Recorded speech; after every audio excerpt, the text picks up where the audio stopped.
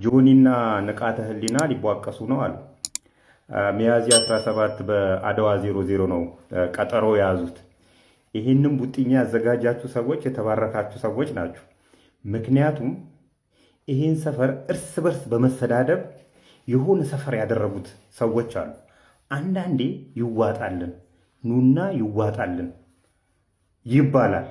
እንደዚህ አይነት ቦታ ሲዘጋጅ አንድ ሁለቱ ሰዎች ይዋጣላቸዋል፣ ሁለት እኛ ከፍለን እንገባለን፣ ሶስት ተሸናፊውም አሸናፊውም ገንዘብ ያገኛል፣ አራት እንደ አድዋ 00 ያሉ ቦታዎች የገቢ ምንጭ ይሆናሉ፣ አምስት ሰፈሩ ሰላም ይሆናል፣ ከመሰዳደብ ሰላም ይሆናል።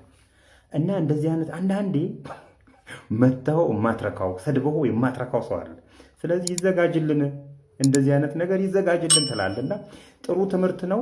በዛ ላይ ደግሞ ስፖርቱ ያድጋል። በአንድ ድንጋይ 60 ወፍ ነው እና እንኳን ተዘጋጀ፣ ይዋጣላችኋል፣ ሰፈሩም ሰላም ይሆናል።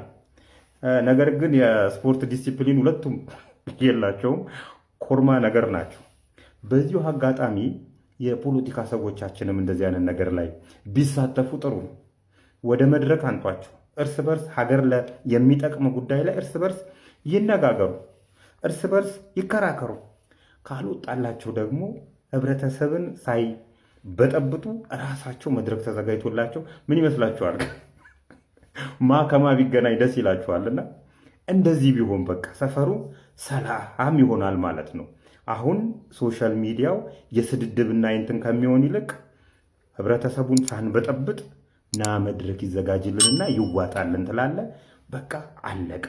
እና ያዘጋጃችሁ ሰዎች የተከራየውን ግቢና መኖሪያ ቤት ብሎኬት አስመጥቶ ለሁለት ከፍሎ ካጠረ በኋላ አከራዩን ጠርቶ እኔና እርሶ ከዛሬ ጀምረን መልካም ጎረቤታሞች ነን እንጂ አከራይና ተከራይ አይደለንም ስላለ ጀብራሬ ልነግራችሁ ነው።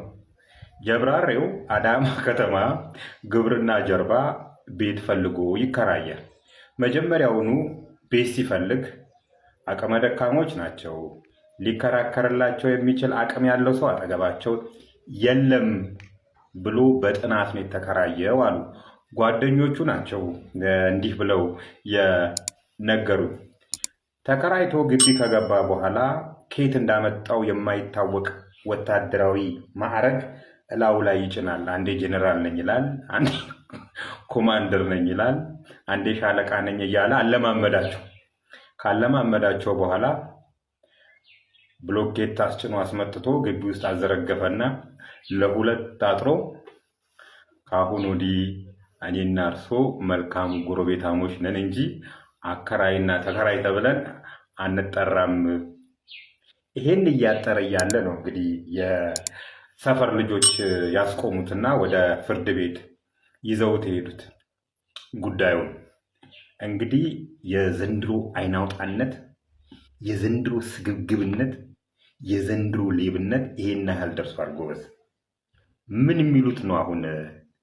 የተከራየው ቤት ለሁለት ከፍለህ ይሄ የኔ ነው ይሄኛው የእርሶ ነው፣ ከአሁን ወዲህ መልካም ጎረቤታሞች ነን ማለት ምን ማለት ነው? ህግ ወይ የት ነሽ?